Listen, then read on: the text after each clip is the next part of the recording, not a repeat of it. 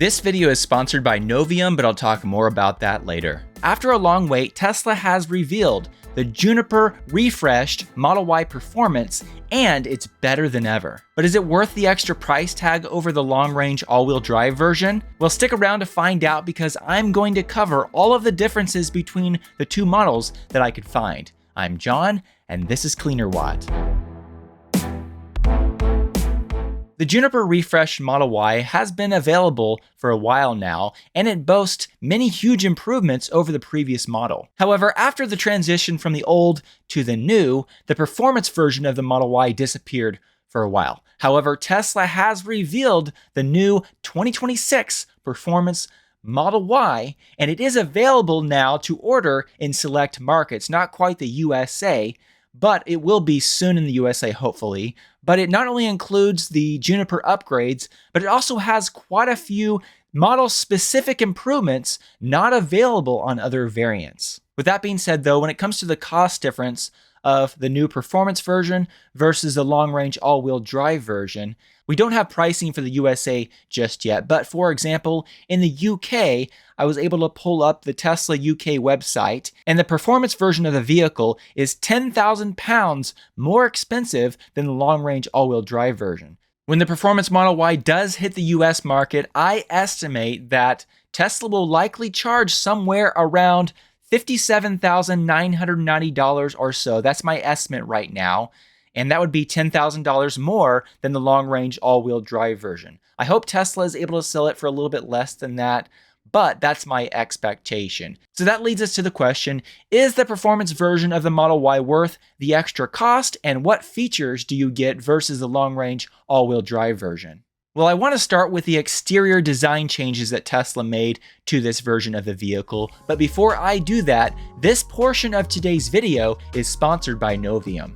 If you've been watching this channel for very long, then you've probably heard me mention how much I love Novium hover pens. Well, if you're looking for a great gift or a high quality pen for yourself, you definitely need to check out hover pens. For example, the innovative hover pen Interstellar is inspired by space, and when placed in its base, it appears to be hovering at a 23.5 degree angle, mirroring the Earth's axial tilt.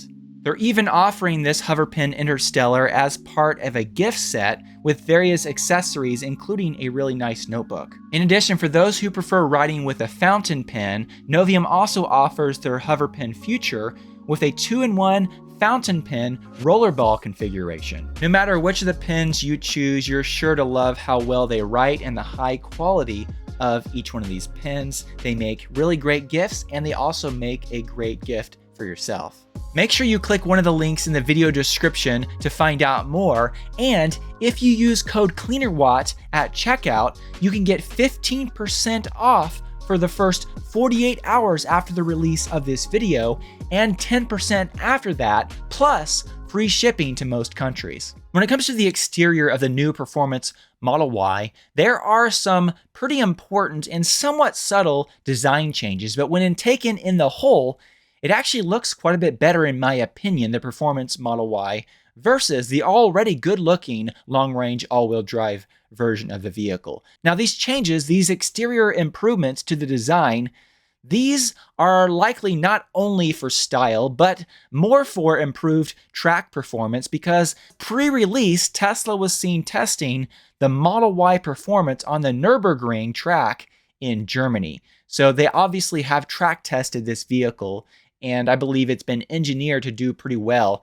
on the track. With that being said, if you look at two side view differences of these vehicles, one of the first obvious differences there you see is that the mirror for the performance version is all black as compared to the non-performance version, which has a color matched mirror. In addition, if you look at the spoiler, you can see that the performance version has an added carbon fiber spoiler lip. Next, and while this is somewhat subtle at first glance, the more you look at it, there are quite a few changes to the rear bumper area and the rear diffuser. You can see there the indentation on the performance version, and there's quite a different shape there in the area that I've circled. In addition, when you look at the very back of the vehicle in the diffuser area, you can see that the performance version of the vehicle has a different shape there as well, very likely for increased airflow and better performance on the track. Additionally, it's obvious that the front has some new cutouts and a new lower front bumper air intake trim insert. The Tesla Model Y Performance got a new wheel design, and it has red brake calipers as compared to the standard version of the Model Y. However, that's not where the improvements stop. There are quite a few more improvements beyond that.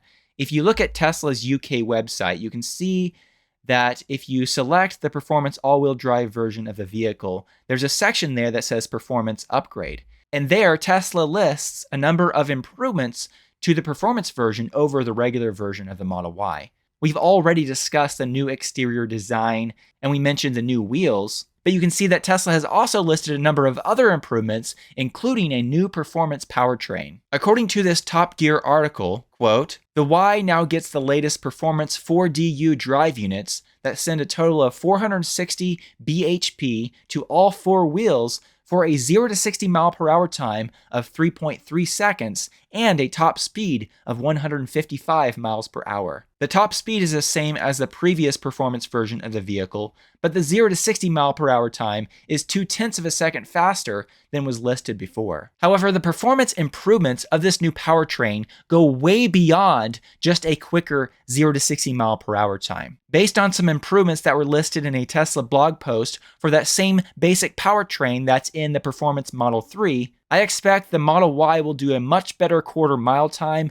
and will be much better on the track than the previous version, because on the Tesla blog, once again, regarding the Model 3 Performance 4DU powertrain, which should be the same basic powertrain that's in the Performance Model Y, it was written, quote, "Our latest generation performance drive unit, Performance 4DU, unlocks more torque, power, and better efficiency. Compared to the previous Model 3 performance drive unit, the Performance 4DU can deliver up to plus 22% continuous power, plus 32% peak power, and plus 16% peak torque delivery. Behind the wheel, drivers will sense more immediate and sustained acceleration out of corners. That's the beauty of more torque." In addition to the new powertrain, it looks like the performance version of the Model Y has a different battery cell chemistry than the other versions of the Model Y, because for the Performance Model Y on Tesla's website, they point out, quote, "Our performance powertrain paired with new high voltage battery cells offer more charge capacity, increasing estimated range." So when you have higher voltage cells, that leads to more watt hours. That means more capacity and more energy dense battery cells. Thus, the range of this new Performance Model Y is closer to that of the Long Range all-wheel drive version, despite having the upgraded motors with more power. For example, when you look at WLTP ratings for the old version of the Model Y versus the new version of the Model Y, previously, the Performance Model Y had a WLTP range estimate of 319 miles, and the new WLTP rating of the Performance Model Y is 360 miles.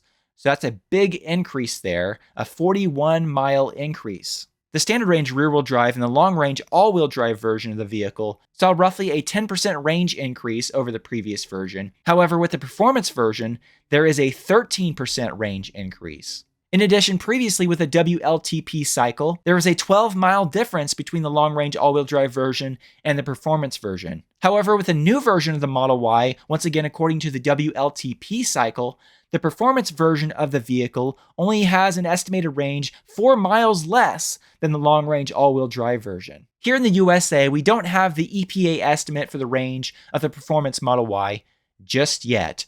But previously, there was a 34-mile difference between the two variants. With that being said, due to increased capacity and the fact that the powertrain for the Performance Model Y should be more efficient than the previous version, I believe that the difference between the long-range all-wheel drive and the Performance Model Y, that range difference will not be nearly as drastic as the previous version, and that the vehicle will likely get somewhere an EPA rating of between 300 and 310 miles of range, so the difference could be as small as like a 17-mile difference between these two variants.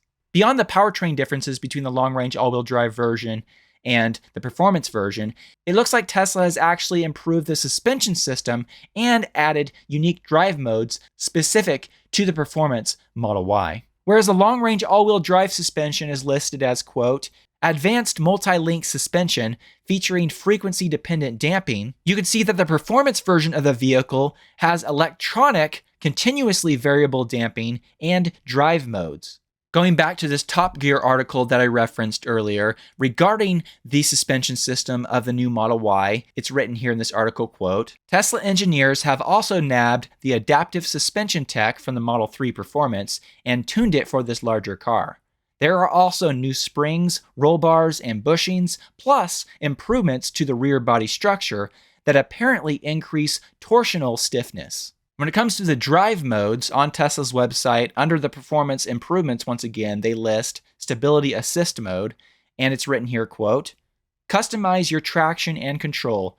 Choose between standard, reduced, or off to give your vehicle more or less traction according to your driving style and terrain. In addition to that, like the Model 3, according to this Top Gear article once again, this new performance Model 3 will also have the insane acceleration setting. Now, Tesla didn't stop with that. They've also made some improvements to the interior of the vehicle as well. For example, Tesla lists carbon fiber interior trims. These aren't super easy to see in the pictures we have just yet, but if you toggle back and forth between the Long Range all-wheel drive and the performance version of the vehicle, you can see across the front dash there, it appears like Tesla has added a new carbon fiber trim there. And on the door panel, you can see that it's a much darker black color in the picture for the performance version of the Model Y. I'm not sure exactly what that surface is going to look like. It's hard to tell in this picture, but it definitely is a little bit different than the regular version that's more gray in color. In addition, embedded in the front performance seats is the Model Y performance badging. Tesla also points out here that they have improved the front center touchscreen as well. They list it now as a 16-inch first row QHD touchscreen, and that's an improvement over the standard version of the vehicle, which has a 15.4-inch display and less resolution.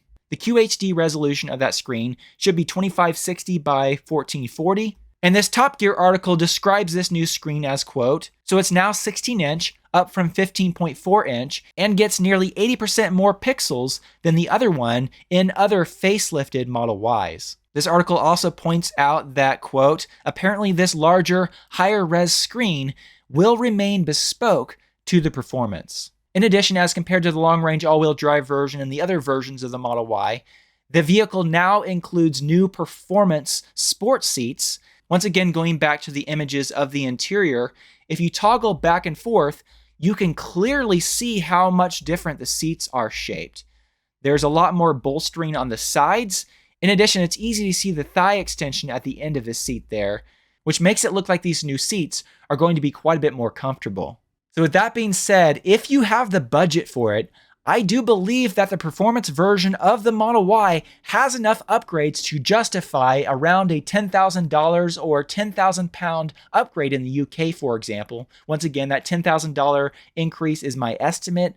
The difference between the long-range all-wheel drive version and the performance version in the USA could be less than a $10,000 difference, but that's my guess. But I do believe it's worth a price premium over the long-range all-wheel drive version. And this vehicle, like I pointed out, has so many improvements that's just going to make it so much fun to drive. So I'm really looking forward to when Tesla releases this in the USA. And once again, I definitely believe it's worth the extra cost. Do let me know what you think about all this in the comments section below. I'd love to hear from you. I'd also like to say once again, thank you to Novium for sponsoring this video.